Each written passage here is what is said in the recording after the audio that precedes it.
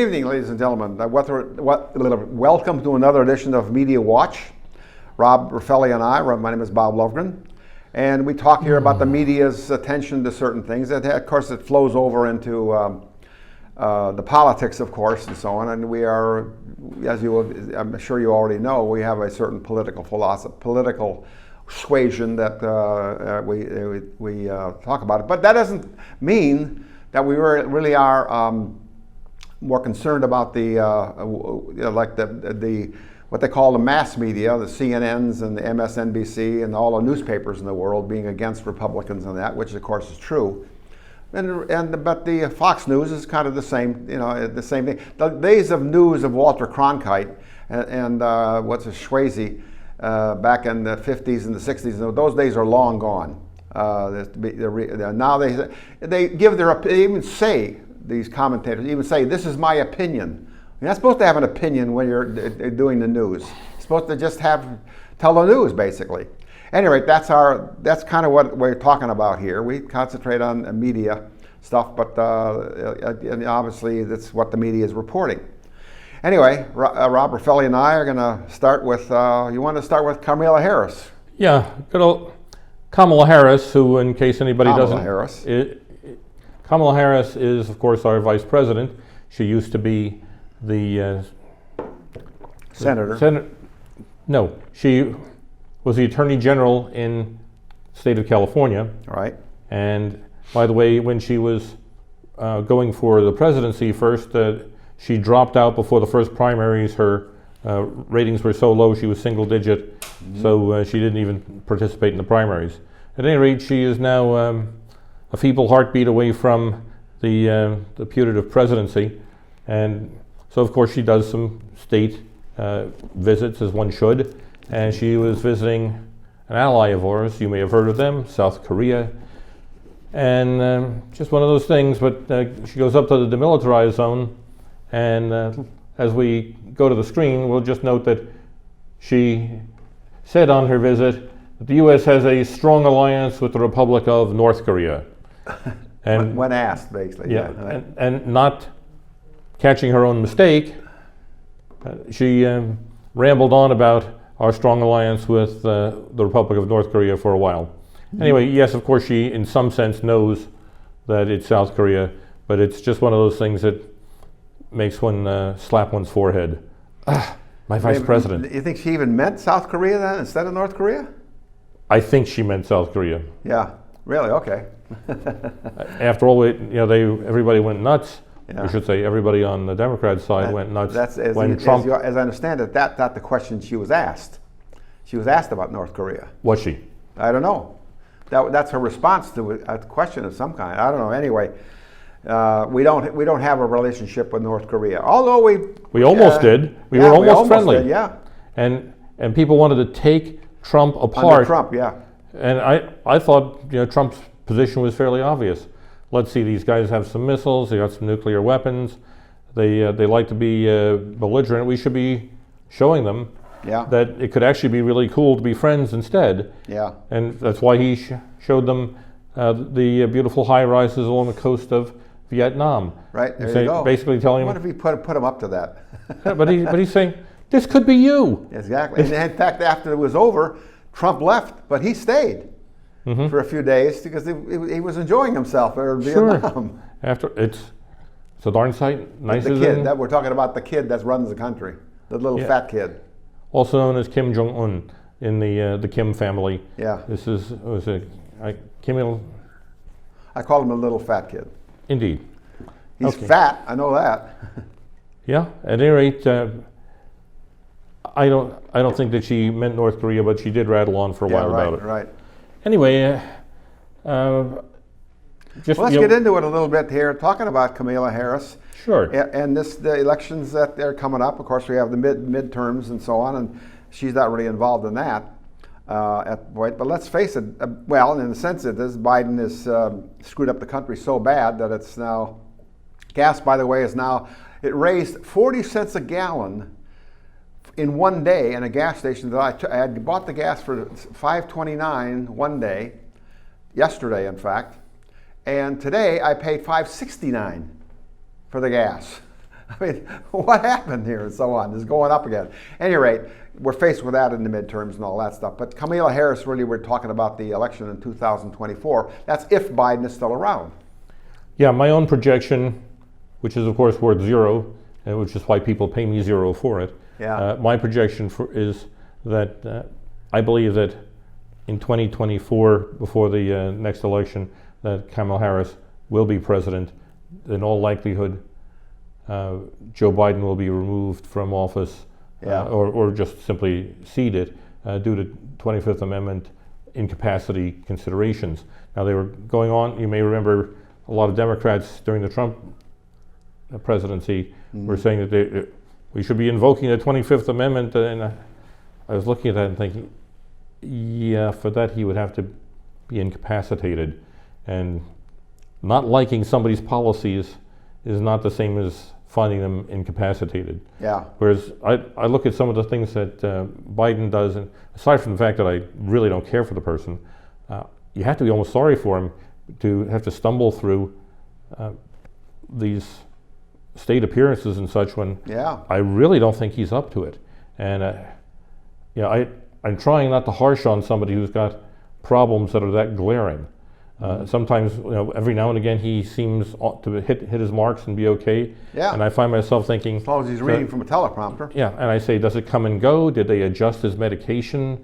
There you go. Did they make sure that he rested for a day and a half and this is his 20 good minutes? Right. It's hard to tell. And Well, he's an old guy, and I think there is some cognitive problems, and maybe as far as we don't know, of course, there may be some other problems too with him and so on. But that gets into the thing. Even if Kamala Harris he lasts out his term, will the Democrats, according to what I've been reading, a lot of Democrats don't want him to run again. yeah, I don't think they want him to run It's very again. unusual. Let me finish. It's very unusual, however, for a president not to be renominated. Gerald Ford is a good example. He got the presidency after Nixon quit and so on, but they renominated him even if he had never really been elected president, put it that way. Correct. Even vice president or anything like that. He was a congressman, basically, from Michigan. Anyway, so he didn't, they did not renominate, and of course he lost to Jimmy Carter. That was actually an amazing sequence. Most people who are a bit younger don't remember this, but Nixon was still president. There was a corruption problem with his vice president, Spiro Agnew, Yeah, who I right, think was a former governor of Maryland, I think. So he got appointed. But then when they appointed Nelson Rockefeller, Oh, that right? Yeah. yeah, but Nelson Rockefeller didn't live very long, and he died, and then they appointed Gerald Ford. and the Senate confirmed him. Yeah. So that meant that he was vice president. And so when Nixon resigned, then Gerald Ford succeeded to the presidency. Yeah. And for all that I don't like some of his policies, and they caught him with a few awkward moments, the guy was nowhere near as stupid as he was portrayed. Even Yeah. as some people portrayed Eisenhower as stupid because he said some bland things. Yeah. And I was thinking, he was the supreme Allied commander in Europe and Right. won the war. I'm not at all sure that he's incompetent. He was in command of probably well over 10 million men in a war, and they needed a guy. That was one of the reasons they made him the supreme commander, because he was very he could get along with people. A guy like Patton and so on, he didn't get along too well with the British, basically. Yeah, and that's why they put Bradley in as a buffer. Yeah, right. And put Patton under. He says, it's kind of another stage of removal. Right. We may need you to command the army, but you're a real pain. Yeah. At any rate, yes, I could do it. Yeah, the whole business about being smarter or not smarter, the intelligent and so on. It's just, and of course Jimmy Carter didn't last very long when interest rates got to 20%. And then he blamed the American public for that speech that he gave. The malaise. The malaise of thinking. Well, he didn't. Ronald Reagan came and he killed him. I think it was I think Carter took one state or something like that. That's right. That was a 49-state electoral college victory. Yeah, I think he got Minnesota or something like that. Mostly because Muskie was, or not Muskie. There was a guy. Mondale. Mondale. Mondale had been a senator. And anyway, bottom line, I think he was the vice president. But that meant Carter did not carry his home state of Georgia. Yeah, right. Did not carry his own. Did not carry Massachusetts.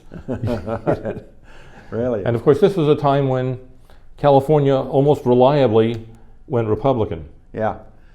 Yeah, well, yeah. Well, that's true. It has changed now, of course, considerably. There was a lot of Republicans were elected governors and things like that, but it changed. That changed. At any rate, getting back to Kamala Harris and so on. Yeah. Well, if the Democrats don't want him, and they don't renominate him, would they keep Kamala Harris because she's a woman? Okay, that I can answer. There's plenty of people around that like her, basically, think that she would make a good president, I guess, or something like that. Would they nominate her? And if they don't, they get somebody else, maybe Gavin Newsom and so on.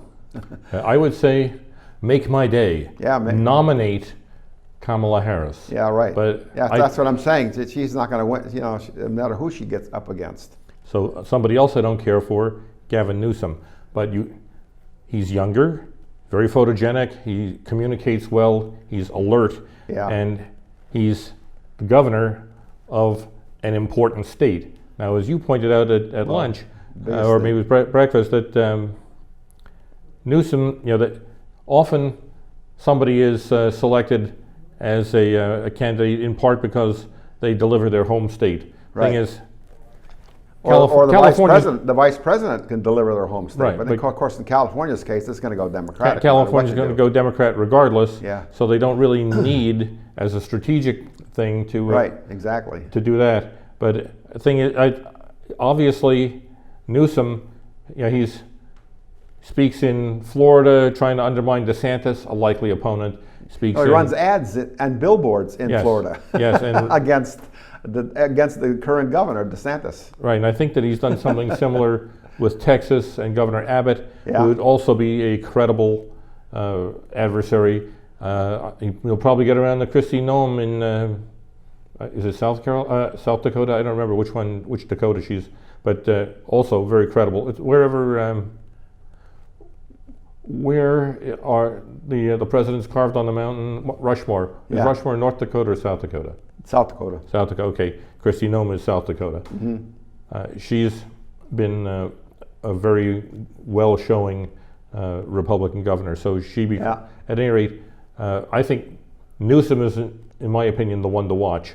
The South Dakota governor is a Republican. I said that, yes. But so on the Democrat side, I think Newsom of California, he's... Well, they get somebody. He's got to be 5 times the candidate that Kamala Harris is. She will not be nominated because the party will know for an absolute fact. But that'll break up the party, as I'm indicating. That'll break up the party because a lot of people they would just figure that she should get the nomination. Fine. If he doesn't make it to the end of the case, she would be the president already. They would, have to renominate him, or even if he does make it and just quits, takes the advice and moves back to Delaware. That would be the other side of the coin, and then she would, she would be one of the nominees. I mean, one of the people running for the almost automatically. She would have a chance to be the president, be the nominee of the Democratic Party. Right. It just remains to be seen whether she can be elected. I think the answer is no. No. But I actually expect her to be the incumbent president when November 24 rolls around. Well, we'll see. We'll see what happens. That's that's a long. Like I say, in politics like this and so on, there's crazy things happen. I won't say crazy things. That's what politics is. A democracy, and that's what they always talk about. We're ending our democracy. We don't have we don't, and they don't say republic, which is what we are. And we're not. A democracy is the form of government, but we are really a public. And the old line is, before the Civil War, they were the United States are. And now it's the United States is. Well, it still isn't is. Especially and the next topic we can talk about is, especially when the governor of Texas and the governor of Florida can put people on a bus and bus them to Washington, D.C. and New York and fly them into Martha's Vineyard. Yeah, Martha's Vineyard. Why do they call it vineyard anyway? There's a wines up there or something? We'll get into that some other time and so on. Well, that's governors of the state. The president, obviously, Biden doesn't condone it, obviously, and a lot of other people don't condone it, but the people of the state of Texas, obviously, and the state of Florida, for that matter, are okay with that. Because getting these immigrants and putting them into these sanctuary cities, New York and Washington, D.C. being two of the biggest. Boston, too, for that matter. Well, I'm sure that somebody like Texas says, wait a second, just because we're on the border, we should be swamped? We're going to get an additional million people who we're supposed to put up. It's supposed to be armament. Every time we want to enforce the border, the feds stare us down and say, this is a federal responsibility. So they're saying, all right, here you go. Yeah, right. In fact, here's a bunch of them in D.C. So knock yourselves out, federal government. In fact, D.C. is the responsibility of Congress. Yeah, right, So- exactly. So in fact, otherwise, I think we're finally going to see it. I've been advocating for at least 10 years that the states, the border states, should be suing in the Supreme Court. They should be suing the federal government under Article 4, Section 4. Article 4 is about the states, and Article 4, Section 4, among other things, says that it is the federal government's responsibility to protect the states from invasion. Right, exactly. So at least one state is declaring that they are having an invasion, and they want help, and they're looking, hi Washington, Yeah. hey, tell your president, this is your responsibility, come on. Yeah, right. And, Step up. And the Border Patrol is a federal agency, a federal force, not the responsibility, basically, of Texas. And of course, that's been underfunded and so on. They need more people. Unfortunately, they're going to hire 87,000 federal agents to do audits for people doing taxes. And they really need 87,000 new people to protect the border. And in fact, that's what I think is going to really happen in Texas. That's why I think the election, especially in Texas and the border states and so on, is going to be a disaster for the Democrats. I think I told you this afternoon. And the border counties. I'm sorry, what? The border counties and the districts in Texas. Yeah, that's what I'm saying. The border, Yeah. the counties, the districts that actually they have the border. There's a congressman named Queller, has been a congressman in a I can't remember the number, but anyway, he had a huge chunk, and half the border of the district is the Rio Grande River, which of course is the border with Mexico and so on. And he's been there a long time, but he's in trouble because there's another, perhaps you've heard of it, a district just below that. The guy either died or he quit or for some reason or other, so they had to get a new representative. They have to, they had an election for it. And this hairdresser woman from that district, she won. It was a big surprise. Well, it was not a surprise to. I think the fact is, quite honestly, I think they've lost the Latino vote, for a variety of reasons. I talked to a lot of Latino people, Mexican people. That's what they are, Mexican immigrants they're here in this country legally and so on and so forth. And they think it's a bad thing. $200 million a week is what the cartels are making on this whole border thing. They made an industry of that. To get across, they get $15,000 a person to get, and then on top of that, they're the mules carrying drugs at the same time.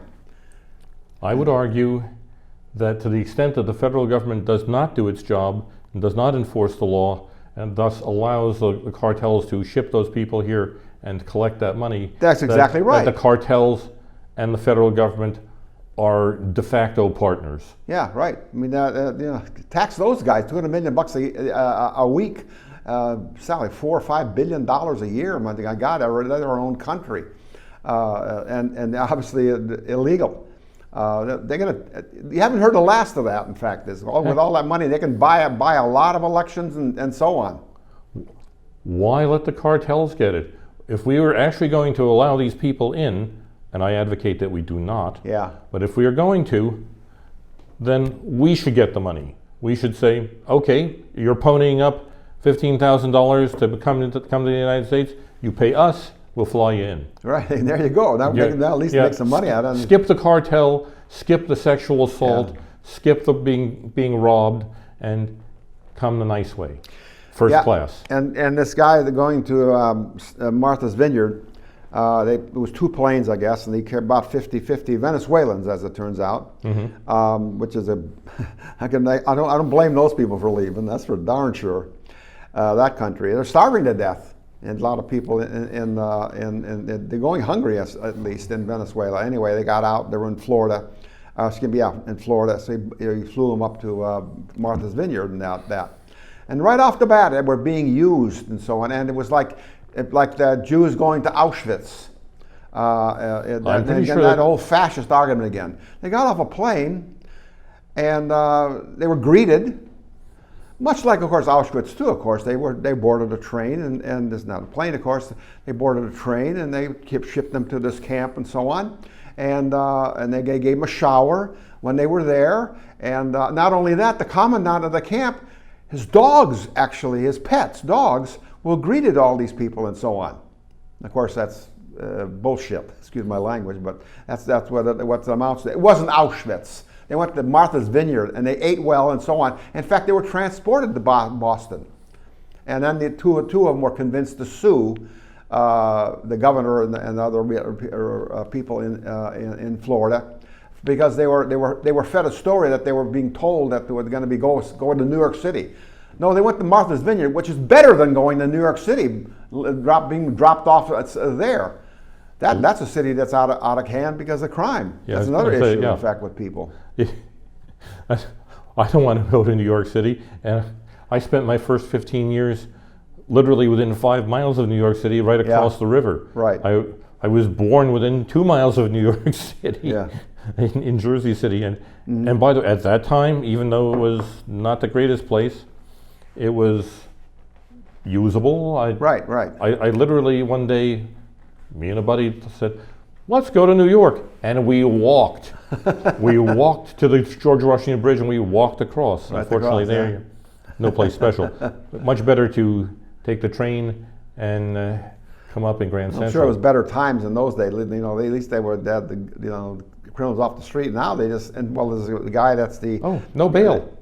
No bail. So people get out, they beat up. You see films every night now. Somebody just going and beating the crap out of some guy on the street in New York. So you're living there and you don't know who's who and so on. And in fact, that's how the population of Florida, like 200,000 or 300,000 people from New York, from the city of New York, have moved down to Florida, and permanently. They're not coming back. Why? Because they weren't safe in New York City anymore. And remember, New Yorkers generally think that New York is the greatest place on earth. Yeah, right. And up until the last few decades, you could have made at least an argument. Yeah, right. I didn't want to live there, but if you were condemned to live in New York for the rest of your life, like you said, restaurants, culture, you name it. If there's something in this world that you want and you can't get it in New York City, I would be very surprised. Yeah, well, and it doesn't exist. You want something that actually does not exist. Right.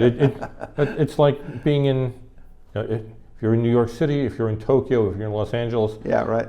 Any big city. If you have the money, whatever the heck it is, you can get it. But you're not going to walk out of your building when you know that somebody could walk up to you and beat the crap out of you, and you get away with it. Oh, he might be waiting for you the next night after he gets out of the jail that same day. He'd be working for you the next night to just you shouldn't turn me in the first place and beat the crap out of you again. You see it on TV every night. Yeah. So since we're talking crime and we all even mentioned Venezuela, I just want to mention the guy I've got up on the screen now. Yeah. Okay. This is this here is Fat Leonard. Fat Leonard Glenn Francis, just Fat Leonard. He's an Indonesian. He has been in the business of supplying all sorts of services to the Navy, our Navy, and he's had some magnificent contracts. As it turns out, he was bribing people to throw him those contracts, bribing them with whatever it took to bribe them. And he's finally been, he's been arrested, he's been convicted. I don't know why he was out on supervised release, but he had an ankle monitor, which he cut off. Right. And he was out, he was across the border. But I suspect, I could imagine him being assisted out because there's a lot of Navy people, there are a lot of people all throughout the pipeline in a magnificent case of corruption. And I bet a lot of them would like Fat Leonard to not be testifying Yeah. about their part.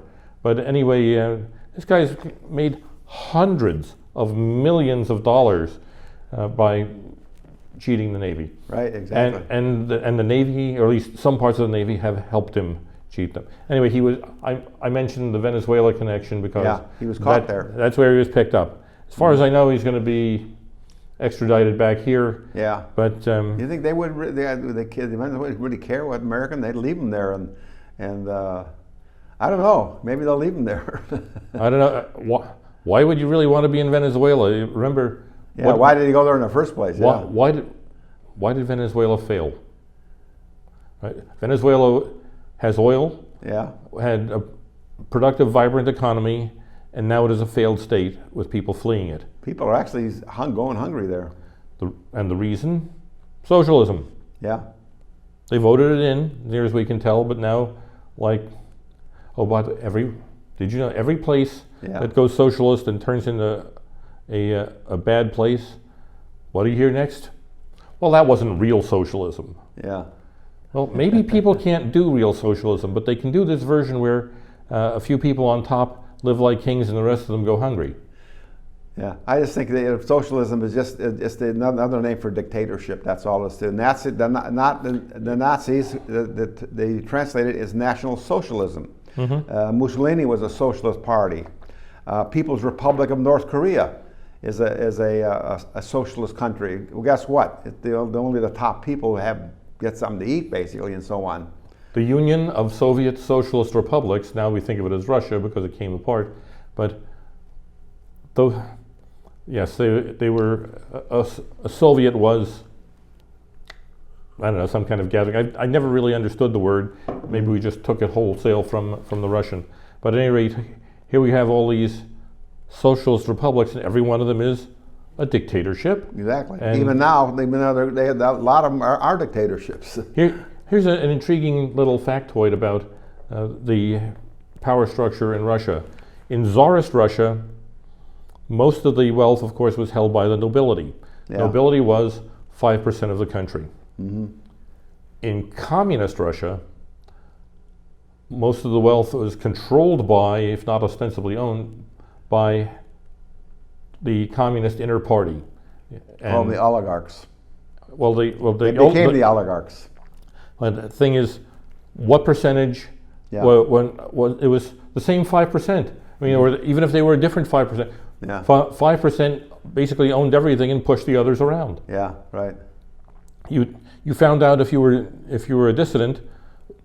As it turns out, they decided you were crazy, and they would actually they would put you in an asylum. Oh, and give you psychoactive drugs. Off to Siberia.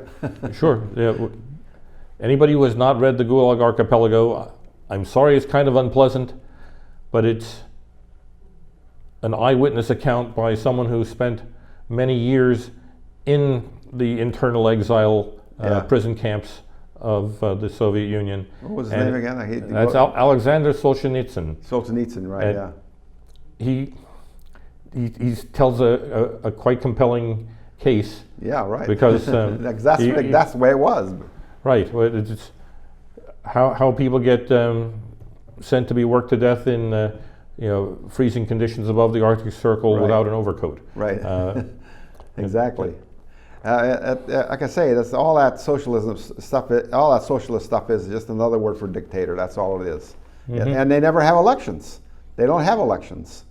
Bad as they might be in this country, which they aren't. I just go back to that same point. Elections are very, very messy things. I heard one time that 320,000 people are involved in elections in any, like there will be in these midterm elections now. Every state they're electing all kinds of different people. Here in this county, in fact, school districts and Goleta and Santa Barbara. Well, Santa Barbara doesn't have elections. They have it in the odd number of years. They don't have it in the even number of years, somehow or other. Anyway. Nothing, people make mistakes. They do things that they shouldn't have done. There may be some cheating involved in it. Even, I'll just don't. I know for a fact, a relative of mine always voted, put his mother with a ballot Republican. he would always mark his ballot for his mother right down the line and so on, and she would sign it or whatever. And that's when they could, do even today, they could do a absentee ballot and stuff. That's what he did, and he did that for 20 years basically, or maybe not quite that long, 15 years or so, and so on. Well, that's not not illegal, I guess, but it probably is. But that's the way things are in a democracy. It's very messy, but as Winston Churchill said, better than the alternative, which is dictators. I just want to add one more thought. There is an instrument of socialism and dictatorships it's a form of government basically, and so on. And the instrument that works the best in those things is they assassinate the dictator. I always like to say Hitler had 20 attempts on his life. He survived all of them, but there are 20 attempts of his life, starting really before he even became the chancellor. But even after there was many attempts to assassinate Hitler. They just never could do it. They came very close in July of 1944, but the bomb did go off, and that. But that assassination is a form of government. It isn't in this country. It's elections, messy as they may be. You have the floor. It looks so comfortable. I was looking for. Maybe we'll just play through some of the things I think of as how things get. This is the section that I think of as spin. Okay. and the term you may have even heard people refer to as spinmeisters. It's people who say, yeah, whatever that unflattering statistic is, I have a spin on it where it's Trump's fault, or I have a spin on it where it's really good that we have that inflation, or I have it that it's really good that you have high gas prices. Or that immigrants are moving because we have a labor shortage, and now this is free labor. I heard that one recently. Wow. Anyway, so I really am trying to stay on the concept of what media does with. There's the world, and then there's the way the media presents the world. Yeah. So back in the 2020 election, about a month or so before, that was when the news story was really more breaking about Hunter Biden's laptop, a laptop that he left. He kind of forgot at a pawn shop or something like that. Or no, it was a repair shop. A repair shop, yeah. And anyway. Something like 50 intelligence officials came forward and said, well, that stuff is scurrilous, that's awful. We think it's likely Russian misinformation. Yeah, right. Well, as it turns out, not one of those people, 50 intelligence experts and highly placed people, not one of them examined the laptop, which, there's a hint. Yeah. And as it turns out, it's been authenticated. Yeah. Even the New York Times eventually admitted that it was not disinformation, that it's the real deal. Even real deal, yeah. CNN, the story broke in 2020. 532 days after that, CNN admits that the laptop from hell is authentic. Yeah, right. So, gosh, one of the things that I know about is that from the 2020 election, by the way, is Hunter. Yeah, this is the president's son. He didn't look very happy. I never know whether he's happy or he isn't. Yeah. But there's something about the election. This was essentially the media giving the Bidens a gift for the purposes of the election. So that had come out before the election, they would. Yes. Actually, been a factor. In a survey that there was a survey done with Democrats, the survey asked, if you knew that this laptop and this information was authentic before the election, would you have voted for Joe Biden? Yeah. And something like 20% of them, 15 or 20%, said no. No, yeah. Well, then that means that Trump would have been reelected easily, handily, if. But it happens all the time. I talk about the what's what they call the factor with that guy that was running for senator in California? I've forgotten. Hershenson? Yeah, the Hershenson factor. When what's her name broke the story, a boxer who was their first term, who was going to be their first term, broke the story on a Saturday that he went to girly shows, and of course forced his wife to go to them. The election was on a Tuesday, and he was ahead in the polls, and it broke, and as it turned out, he didn't. Well, he did, but he went with his wife and another couple to one show and all that. But that's what I called the Hershenson effect, and that would have been the same thing here, except in this case it was real. Absolutely real. Yeah. So, yeah, my only point is that media literally gave the election all they would for that one to have been won by Trump. All they would have had to do was tell the truth in a timely manner.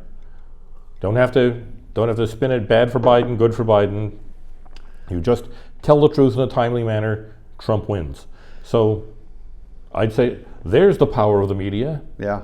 Well, that's what we can talk about the rest of the show, basically, is when he got to the top of the escalator, not when he got to the bottom. When he got to the top of the escalator in the hotel when he announced this, they were after him. I think Maxine Waters wanted to impeach him at that moment. He wasn't even nominated. Nobody thought he was going to even be the nominee, except what's her name? Ann Coulter. Ann Coulter said it was. And they all laughed at her that he was going to be the nominee. That was so spectacular. She was on was it Real Time with Bill Maher, and of course everybody else. She was the token conservative. Everybody else there was somewhere between liberal and ultra liberal. Yeah. And he says they had asked her who would win. Yeah. He said, who do you think would take the nomination? And she says, knowing what we know now, Donald Trump. Donald Trump, yeah. And they go, ooh. Yeah, they started laughing. Right, but as I recall. See, I take a different approach to talking with people. You may know that I am very easy to talk to. People who think that the aliens are here and sending them secret messages, they can talk to me because I don't ridicule them. Yeah. And in fact, I don't know whether those aliens are here and doing that or not. Yeah. What I say to them is, wow, I didn't know that. What makes you say that? Yeah, right. Because I'm much how more... How do you know it? I am interested in their thought process. Yeah. After all, do I know what you know? Of course not. Yeah. I'm not a mind reader. I don't follow you around. And so if I had been Bill Maher there, I would have said, that's an unusual position, Ann. What makes you say that? Let me ask you this. Why do you think they hated Donald Trump so much? Oh, they would... Well, what was it he did that they Okay, they were after him his whole term? They're still after him. I think 6 years ago. It's two things. One is I think they would have been almost that rough on, let's say, Ted Cruz. Yeah. But because they felt like they needed at least another term of the Obama presidency, and that was going to be Hillary. Yeah. So the left, the deep state, that's what they wanted. So they looked at Trump as he may derail something. And then the other thing about Trump is the stuff that he was running on. Yeah. They really thought he was a danger, probably. He might do it. But there you go. That's what I'm saying. He might actually cost us something here. Well, Hillary had been in favor of the wall on the border at one time. Yeah. All of the last 4 or 5 presidents, whether Republican or Democrat, said that they would support Israel moving their capital to Jerusalem and recognize it. Right. And so, I mean, literally, I believe George H.W. Bush said it, Clinton said it, George W. Bush said it, Obama said it, Trump is elected, Trump did it. And it's, oh my God. Yeah, yeah. A guy who does what he says. Oh. That's the thing about it.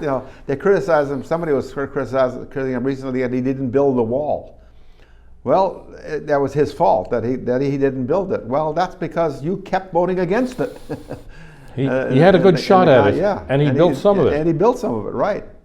And by the way, the Biden is, they said, oh, yeah, we're doing. Well, we're just going to finish that one. Yeah. Yeah, they finish that part of the wall. Yeah. Yeah, they fixed a piece of it. Yeah. Anyway, obviously, I prefer, well, I want to say I prefer Republicans, but Republicans disappoint so often Yeah. that it's hard to be wildly enthusiastic. But and even Trump had some populism to him. There's right-wing populism, there's left-wing populism. Yeah. But the idea that at least you should be thinking, whom should the government serve? Well, it's our government and we're paying for it, and there's all this stuff in the Bill of Rights. How about if it served us? Yeah. For instance, I think that it's lovely to help out people who from other countries who need something, Right. but I don't necessarily think that it's lovely to tax Americans to do it, or that it's great to say, let's bring all those people in from overseas. We can throw some people out of work here, but at least we're doing a good thing. There's nothing in the Constitution, nothing at all, that empowers the government to act as Lady Bountiful, to act charitably. The government is not a charitable institution. It's a life, liberty, and the pursuit of happiness. We'll give you these rights to that. We won't interfere with your whatever makes you happy, basically, and that's what people are here for, to pursue their own dream. I love that term, the American dream. Well, the American dream is different from one person to another. Your dream out there is different than my dream, as far as the American dream is concerned. I operate, and that's the whole idea. Somebody can say, I wish to transform the world by showing it its absurdity through mime. Now, I have no idea whether that's a good thing or a bad thing. Yeah. It's not my ambition, but it could be someone else's. And the beauty of a place like the United States is knock yourself out. Yeah, right. I have no idea whether you should do that or not, but you can use your time that way. You can use the time of everybody who decides to help you. Yeah. Pursue your happiness. Yeah. It's not foreclosed. I don't want to have a ministry of art that says, no, you can't do that. Yeah, right, I don't want a exactly. ministry of art that says, from That's now on, we're that's what Hitler promoting had, by the way, mine. Ministry of Art, the only art that he liked. Well, actually, yeah, absolutely. There's a terrific book I read. It was about the National Endowment of the Arts and National Endowment for the Humanities. Yeah. I can't think of it. I think it might have been called some. An agency? It was called the Ministry of something or other. Yeah. Anyway, it was about that. This stuff was inaugurated during the time of President Lyndon Johnson. Yeah. And Lyndon Johnson, of course, was a corrupt and grasping, greedy oaf, but he knew his politics, and he was getting a pasting from all the academics. Yeah. And basically, he said to some of his cronies, hey, buy me a few thousand of them professors. Yeah. And they came up with a couple of national endowments Yeah. where a few of those professors would get to hand out the money. Yeah. And so now they get to hand out money to their friends, and they get to snub the people they don't like. And the next thing you know, they're on board. They're not going to bite the hand that feeds them. They're not going to slap Lyndon around in public. Yeah. And And they didn't, basically. And I outline, like, he's quoted as saying, in fact, that any politician that serves and doesn't walk out of that office after a few years rich is basically stupid. That's Yeah. a direct quote from and in fact, he made out pretty well. His wife owned all of the television stations in the state of Texas. The family probably still does, in fact, in the state of Texas. He walked out with money. And of course, that's the same. Bernie Sanders has 3 different homes in nice places and so on. In not Vermont, one in Vermont and not someplace else and so on. That's what it's all about. The people that say, like that great line that Ronald Reagan said, how is it? Government doesn't solve the problems, they are the problem. And in this case, in Biden's case, that's exactly what happened. He has caused this recession, this inflation recession that's going on right now. The market went nuts here. It's gone down like crazy and so on lately and so on. And everybody's calling it, now we are actually in a recession. Well, we'll see what that happens with that. But At the moment, the people seem to be okay at this point, although price of gas is going back up considerably. I say, if anything this election's about, it's about the price of gasoline. When I go to this 7-Eleven in Old Town Goleta almost every morning, get coffee, and almost everybody there is Hispanic, and then drives a truck and so on.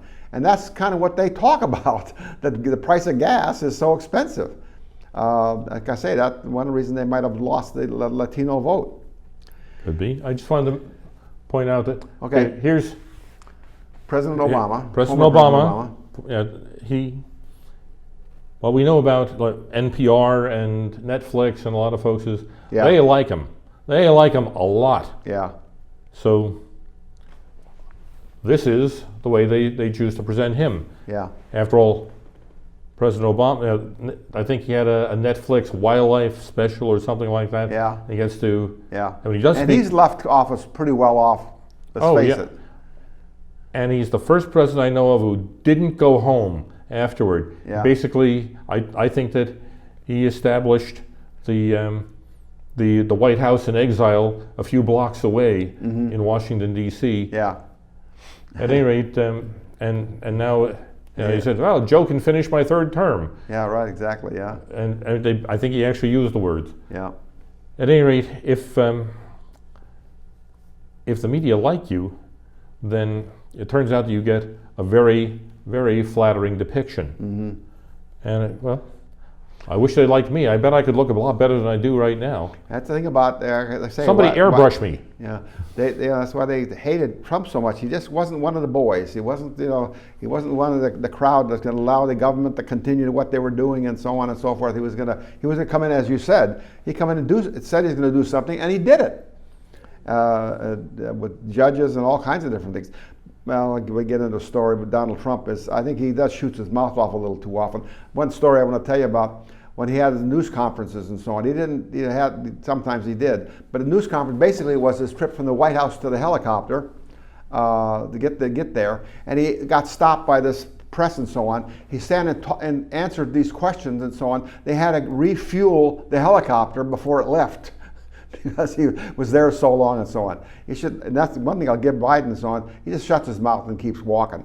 He doesn't like what they're at questions. He just turns around and walks out of the news conference if he can find a door. And that's not as if he doesn't know exactly where he's going, but he turns around and quits. We've seen him turn around and try to shake hands with empty air. Air, right. And actually, I thought it was interesting. Somebody said maybe he sees ghosts. Well, I can forgive him some of that stuff and so on, but like I say, he has some moments that are well, he's like actually he walks funny. He walks like an old man, and so the other day he tripped on the stairs again. Of course, they got after Gerald Ford when he tripped on the stairs going into it or coming out of the airplane. We have seen him trip more than once on the same ascending the flight of stairs. I've seen him trip twice going up the stairs to his plane. And he actually fell down. Yeah, and again, I'm not trying to brutalize the guy. I'm saying I don't think he's all there. Yeah. So here's some people who are there, and I wish they weren't. Okay. Is that the daughter? That's Hillary Clinton and her daughter Chelsea. Yeah, Chelsea. And what do you know? They have, or they're about to do a special set of presentations where they're going to interview other, after all, they're tough, gutsy women, and they are going to be interviewing other tough, gutsy women. By the way, yes, such people exist, and I can admire them. Yeah. But there's just something about, this is your pose, and you get to call your series gutsy. Yeah. Gutsy. Yeah. It's a little self-congratulation there. Sprained my arm like that once. Yeah. Anyway, Chelsea, she's married now, of course. Oh yeah, she's given the kids and so on. Well, who's hired her for the net? What network is going to put this show on? I was looking for that, and I didn't find it. I will mention that could be a podcast too. There was some corporation hired Chelsea right out of college. Yeah, $900,000 a year. Yeah. I suppose that's reasonable. Right, exactly. I remember getting somewhat less when I graduated from college. Right. I mean, in today's money, it would still Well, be obviously, yeah. It's a name. It's like Hunter Biden. The same thing as he gets off the plane after his dad, and hey, that's the guy to talk to. Sure. He walks off with $1 billion in China, $1.5 billion, wasn't it? He had a salaried position on the board of Burisma, an oil producer in Ukraine. Yeah. He never was there. Yeah, He never went there. It was a no-show job. Yeah. By the way, it paid almost $1 million a year. It was about $83,000 a month. Yeah. So a no-show job. He doesn't speak the language, and he doesn't know anything about oil or gas. Yeah. Right. But his last name was Biden. Yeah, that's exactly right. Billy, what was it? Bill Clinton's dad, brother. Was No, it you're thinking Jimmy Carter's brother? Jimmy Carter's brother, Yeah, Billy. brother. Billy Beer. Sure. And Anybody remember that, Billy Beer? I actually, it was the only That's how they time, make their money. one of the few times I felt any sympathy for Jimmy Carter was that his brother was a buffoon capitalizing on his name. Yeah.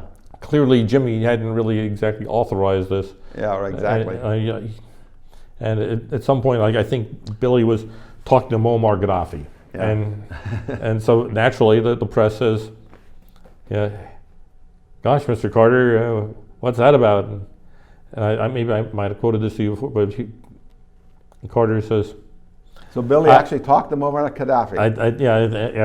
after all, Gaddafi invited him. But Yeah. he said, I don't tell Billy what to do, and he don't tell me what to do. And I said, okay, I'm sympathetic to that. Exactly right. I don't, as long as it doesn't really matter to, he can talk to anybody he wants, and of course Muammar Gaddafi. Well, this is the brother in other societies, the brother of the Joe Stalin's brother, if he had a Stalin. He represented.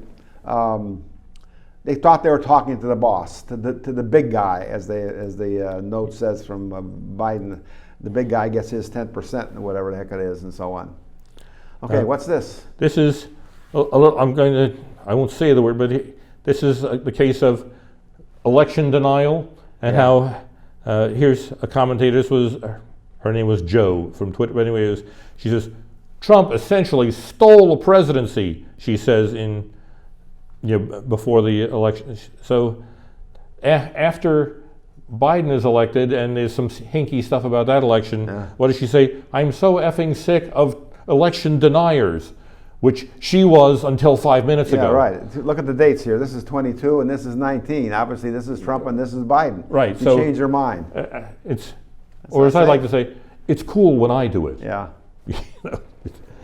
I read something to you about the labor contract that Newsom just passed a law, signed a law, giving labor unions a better shot at electing people and so on. That wasn't really that much, actually. It was just making it easier for them to do it. That's really what it amounted to. It made them easy to do it.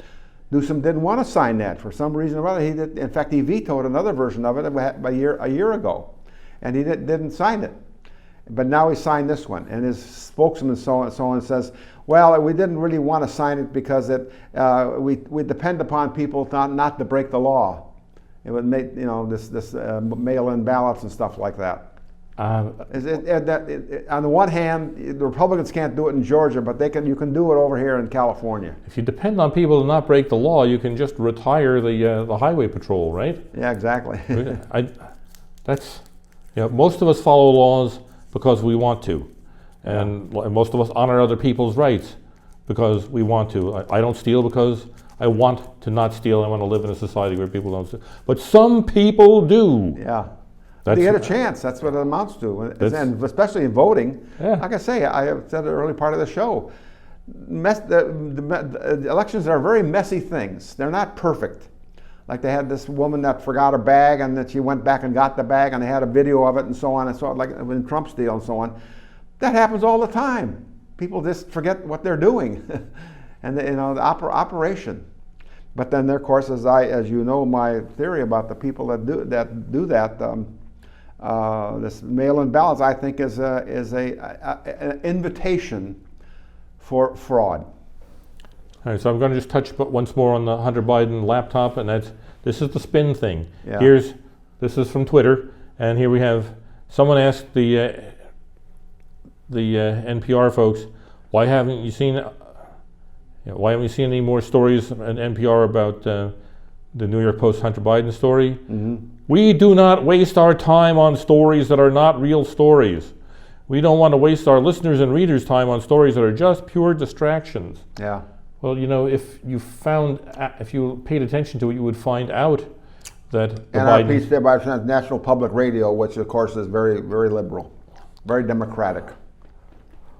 You know, when Politically. I think about how liberal my father was, I'm impressed that he was so leery of NPR when it was coming. He was just thinking, I don't know. He says, it's government-sponsored news. What could go wrong? Might they, just say anything that favors them? Well, that's what That's this show is all about. Basically, is that there's a very liberal press, and they're going to tell people things they want them to hear.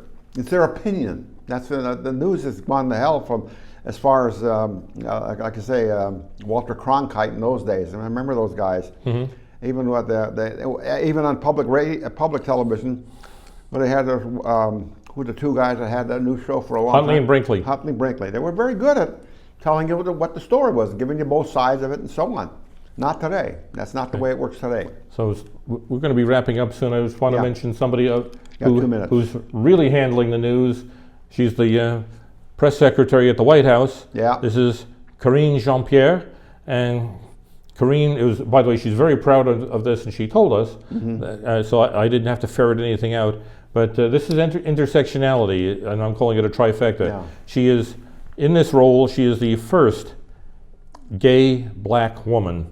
Okay. So, and I thought, yeah, but what kind of? What did that have to do with anything? Well, yeah, what kind of press secretary? Why did I have to know that? Put it That's that right. way. I can see that you're black. I don't mean to assume your gender, but you look like a woman. And you know, if I don't follow, like she's telling me she's gay, I don't know that she's gay. Yeah, right. She could be lying like she's lying about everything. Exactly, and I don't. But somebody I can tell you that I'm straight, but you don't know that. Yeah.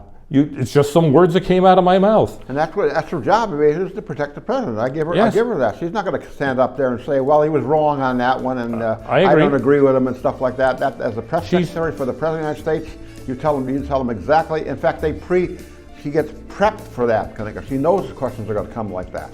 I know she keeps looking at the notebook like she's going to find the answer there, and she doesn't. But anyway, okay, we're at the last 40 seconds of the show. So okay. Anyway, it's been interesting as usual. We did kind of do this show whenever we have lunch. Actually, we talk about things like that. Believe it or not. I never thought that I would miss Jen Psaki, but who Karine Jean-Pierre replaced. But and one last thought. Thank God for Fox News. Thank you very much, ladies and gentlemen. We'll see you again. We'll be back. Free speech.